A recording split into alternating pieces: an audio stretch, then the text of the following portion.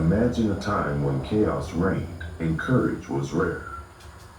In a patriarchal society, one woman rose to lead an entire nation to victory. Her name was Deborah, a prophetess, judge, and warrior of ancient Israel. This is not just the story of a strong woman, it's the story of how faith, wisdom, and obedience to God can defy every societal expectation. What shocking truths about Deborah's leadership might you have missed? Stay tuned as we uncover the incredible story of this remarkable biblical figure. The land of Israel was a place of turmoil and despair. For 2 decades, the nation suffered under the cruel oppression of Jabin, the king of Canaan. His general, Sisera, was infamous for his brutality and military prowess. Sisera commanded a mighty army equipped with 900 iron chariots, an unparalleled technological advantage at the time. These chariots struck terror into the hearts of the Israelites, rendering them powerless against the might of Canaan. This dark chapter in Israel's history was not just a tale of military dominance, it was the consequence of the nation's disobedience to God.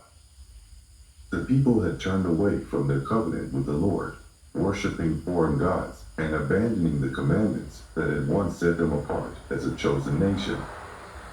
Their rebellion led to their oppression, a cycle of sin and suffering that played out repeatedly throughout the book of Judges.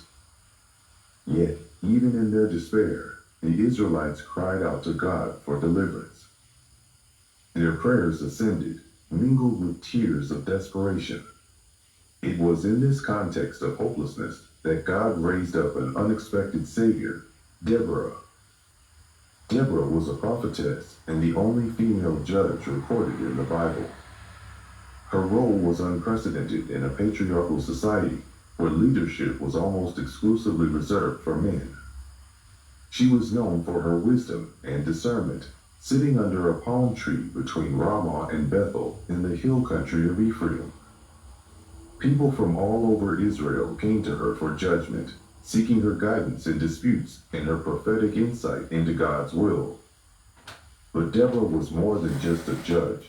She was a beacon of hope in a time of spiritual and moral decay. She held fast to her faith in God when others faltered, and her leadership stood as a stark contrast to the fear and complacency that had gripped the nation. One of the most shocking details about this period was the absence of male leaders willing to rise against Sisera and his army. The men of Israel were paralyzed by fear, unwilling to risk their lives to confront the oppressors. It was Deborah who stepped into the void, answering God's call to lead her people in a time when courage seemed to have vanished. Deborah's role as both a prophetess and a judge was a testament to her unique relationship with God. She did not seek power or authority for herself, but acted in obedience to the divine mission entrusted to her. Her leadership was not marked by arrogance, but by humility and a deep reliance on God's guidance. As the cries of the people reached a crescendo, Deborah knew that action was required. God's plan for deliverance was in motion, and she was the chosen instrument to ignite the spark of hope and courage in the hearts of her people. Israel's darkest hour was about to give way to a dawn of divine intervention. Little did they know, their deliverance would not come through conventional means, but through the unwavering faith and wisdom of a woman who dared to trust in the power of God. As Deborah sat beneath the shade of her palm tree, she received a divine revelation that would change the course of Israel's history. The voice of the Lord came to her with clarity and purpose, revealing a strategy to break the yoke of oppression that had strangled Israel for 20 years. This wasn't just a message of hope, it was a call to action. "Summon Barak, son of Abinoam," the Lord commanded. Barak, a warrior from Kadesh in Naphtali, had the potential to lead an army against Sisera, but he had not yet stepped forward. Deborah's task was to relay God's plan to him and stir him into action. Barak arrived, perhaps skeptical, perhaps apprehensive, But he listened as Deborah delivered the divine instructions.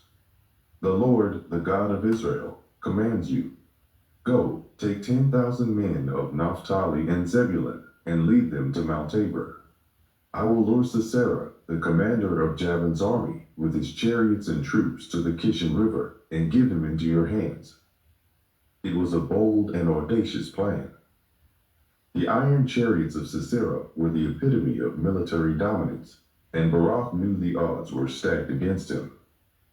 Yet, the promise of victory came with the weight of divine authority. Still, fear and doubt clouded his mind. Barak's response was a surprising one. If you go with me, I will go, but if you don't go with me, I won't go. His hesitation revealed his lack of confidence, not just in himself, but also in his ability to fully trust God's promise. Barak needed the reassurance of Deborah's presence, a tangible reminder of God's guidance in this daunting mission. Deborah's reply was firm but tinged with understanding.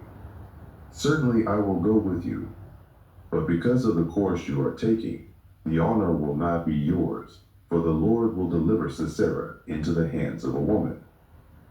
This prophetic declaration was both a rebuke and a foretelling of the unconventional victory that awaited Israel.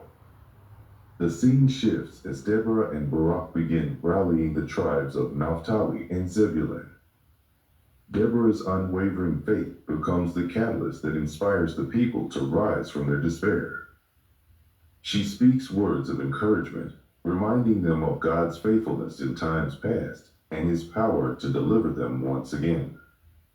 Barak, now bolstered by Deborah's presence and leadership, assembles an army of 10,000 men. They march toward Mount Tabor, each step a testament to their collective decision to trust in God's plan despite the odds. This chapter of the story highlights an often overlooked detail: the interplay of faith and fear. Barak's reluctance and Deborah's steadfastness illustrate that even in the face of doubt, God can work through imperfect vessels.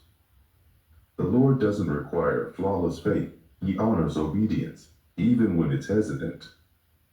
The stage is now set for a confrontation that will defy human logic and reveal the undeniable hand of God.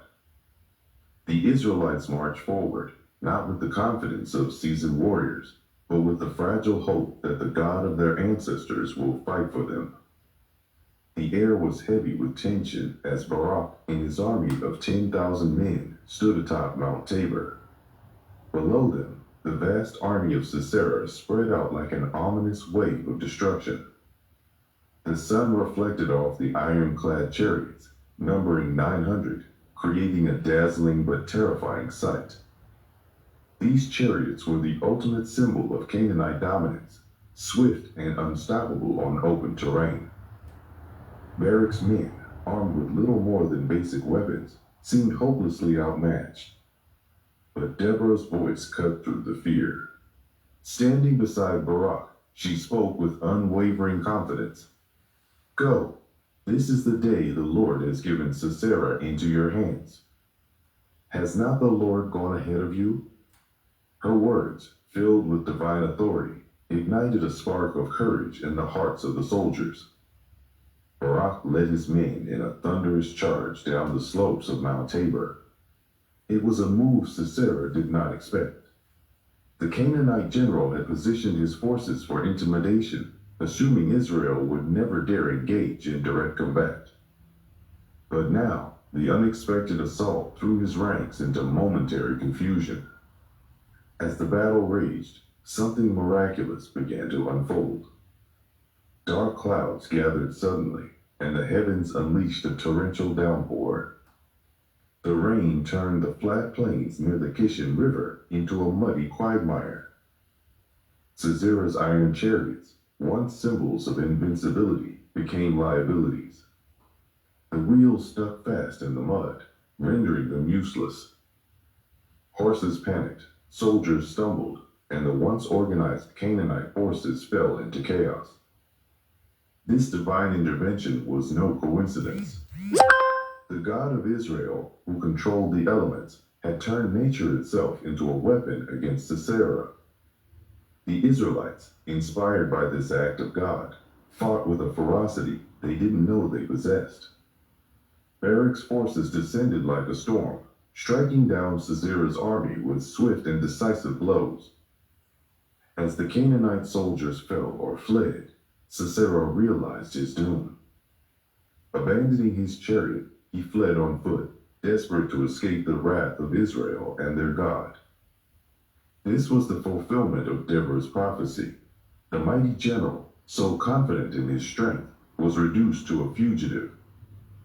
The battle continued, but the tide had decisively turned. The Israelites, once trembling in fear under Jabin's oppressive rule, now stood victorious. Their shouts of triumph echoed across the battlefield as the army of Sisera was utterly destroyed. Not a man was left standing. Barak looked around at the scene of miraculous victory. The mud-soaked plains bore witness to God's deliverance. This was not a victory won by human strength or strategy. It was a divine act of salvation. Barak's faith, though hesitant at first, had been rewarded. From atop the battlefield, Deborah watched with a knowing expression. She had trusted in God's promise when others doubted. The battle at Mount Tabor was not just a military triumph, it was a testament to the power of obedience and faith. It was a reminder that no force, not even one equipped with the mightiest weapons of war, could stand against the Lord of hosts.